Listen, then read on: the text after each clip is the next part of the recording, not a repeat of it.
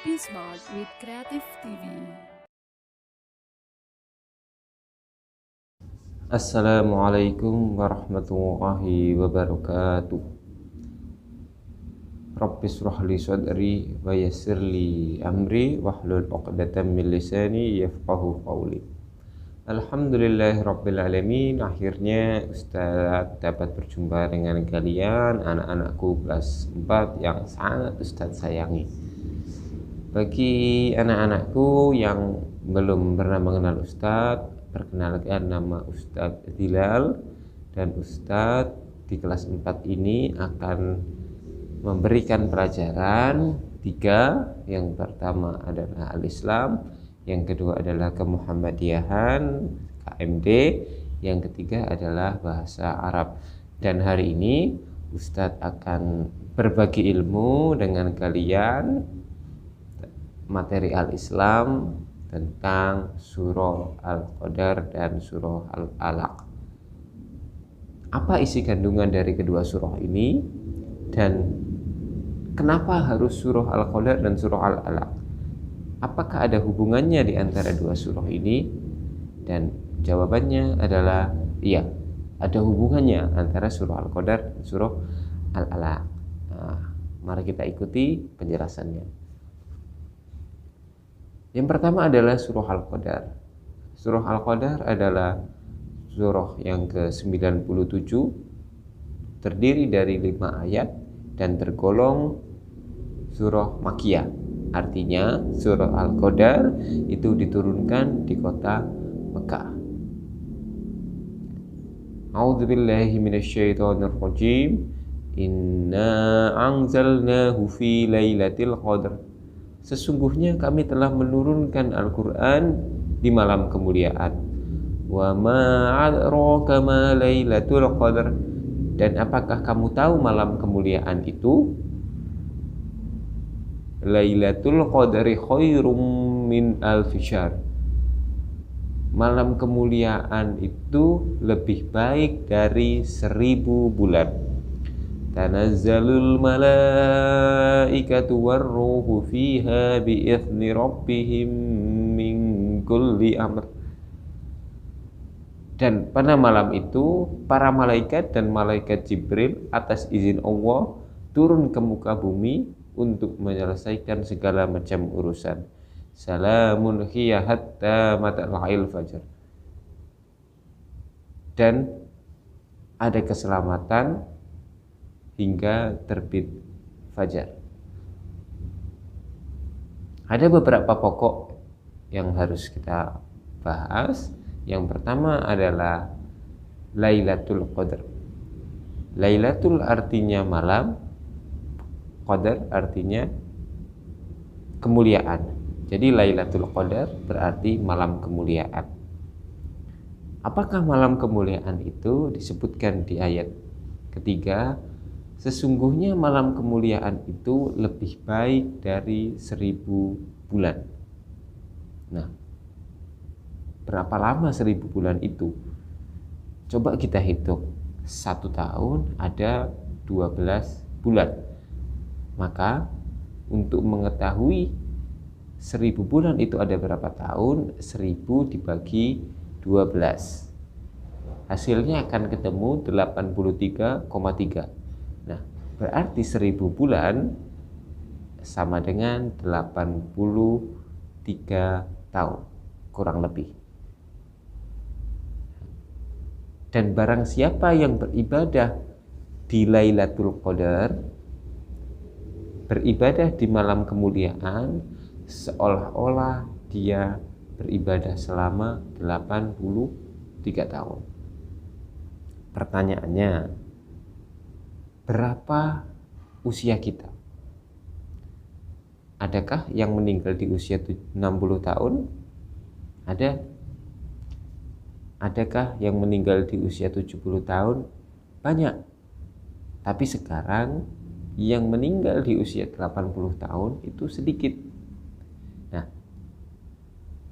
kalau kita beribadah di Lailatul Qadar, di malam kemuliaan, artinya kita beribadah selama lebih dari usia kita. Kita mungkin akan meninggal di usia 60 atau 70 tahun. Tetapi kita bisa mendapatkan pahala lebih dari usia kita. Kita bisa mendapatkan pahala yang setara dengan beribadah, setara dengan ibadah selama 83 tahun. Itulah keutamaan Lailatul Qadar. Itulah keutamaan malam kemuliaan. Dan kapan Lailatul Qadar ini? Lailatul Qadar turun di 10 hari terakhir di bulan Ramadan. Makanya para mukmin ketika di bulan Ramadan di 10 hari terakhir tanggal 21 sampai 30 Ramadan berbondong-bondong untuk beribadah. Ada yang sampai melakukan iktikaf di masjid, menginap di masjid untuk beribadah full selama 10 hari. Untuk apa? Untuk mendapatkan Lailatul Qadar. Nah, itulah kemuliaan dan isi kandungan dari surah Al-Qadar, surah yang terdiri dari 5 ayat itu. Tapi ada satu kisah menarik tentang malam kemuliaan, dan kisah itu ada di surah Al-Alaq.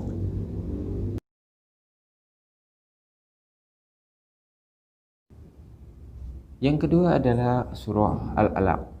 Surah Al-Alaq ini adalah surah ke-96 yang terdiri dari 19 ayat dan tergolong surah Makkiyah. Artinya surat ini turun di kota Mekah. Ada golongan surah lain yaitu surah Madaniyah, artinya turun di kota Madinah.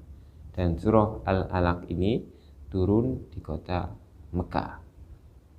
Nah, yang menarik dari surah Al-Alaq dan ada hubungannya dengan surah Al-Qadar yaitu ada di 5 ayat pertama, yaitu ayat pertama hingga ke-5. 5 ayat ini merupakan ayat yang pertama kali turun di muka bumi. Ayat yang pertama kali diterima oleh Nabi Muhammad SAW. Dan turunnya itu yaitu di Lailatul Qadar. Ingat surah Al-Qadar ayat pertama, Inna anzalnahu fi Lailatul Qadar. Sesungguhnya kami telah menurunkan Al-Quran di malam kemuliaan. Nah, bagaimana proses turunnya 5 ayat di surah Al-Alaq ini? Nabi Muhammad SAW sering berkholwat, menyendiri di Gua Hiro, karena kondisi umatnya kaum Quraisy itu semakin hari semakin melakukan banyak maksiat dan semakin banyak dosa yang mereka lakukan. Dari itu Nabi Muhammad sering menyendiri di Gua Hiro untuk memikirkan, mengkhawatirkan dan mencemaskan, mencari solusi bagaimana caranya agar kaum Quraisy ini tidak banyak melakukan maksiat lagi. Nah, ketika Nabi Muhammad SAW sedang berkhalwat, maka muncullah sesosok putih yang tiba-tiba langsung berkata, Iqra. Nabi Muhammad adalah seorang ummi, dia tidak bisa membaca dan tidak bisa menulis. Maka Nabi Muhammad menjawab, aku tidak bisa membaca. Sesosok putih yang ternyata malaikat Jibril itu berkata lagi, Iqra. Nabi Muhammad sekali lagi membalas, aku tidak bisa membaca. Nah, yang ketiga kalinya malaikat Jibril mengatakan, Iqra bismi rabbikal ladzi khalaq. Bacalah dengan menyebut nama Tuhanmu yang Maha Pencipta. Terus lalu malaikat Jibril melanjutkan hingga ayat ke-5. Nah, kita perhatikan di sini ayat yang pertama kali turun, kata yang pertama kali turun di muka bumi ini yaitu Iqra, artinya bacalah. Artinya apa? Allah memerintahkan kita untuk membaca. Berarti bukan orang tua kita yang menyuruh kita membaca, bukan ustadz-ustadzah yang menyuruh kita membaca, tapi yang menyuruh kita membaca adalah Allah. Maka membaca ini menjadi sebuah keharusan. Dan kenapa harus membaca, Ustadz? Karena membaca itu adalah jendela dunia. Kita akan dapat banyak sekali ilmu pengetahuan kalau kita membaca. Nah, dengan semakin banyak pengetahuan yang kita dapat, maka ingat, ditegaskan oleh Allah, Iqra bismi rabbikal ladzi khalaq.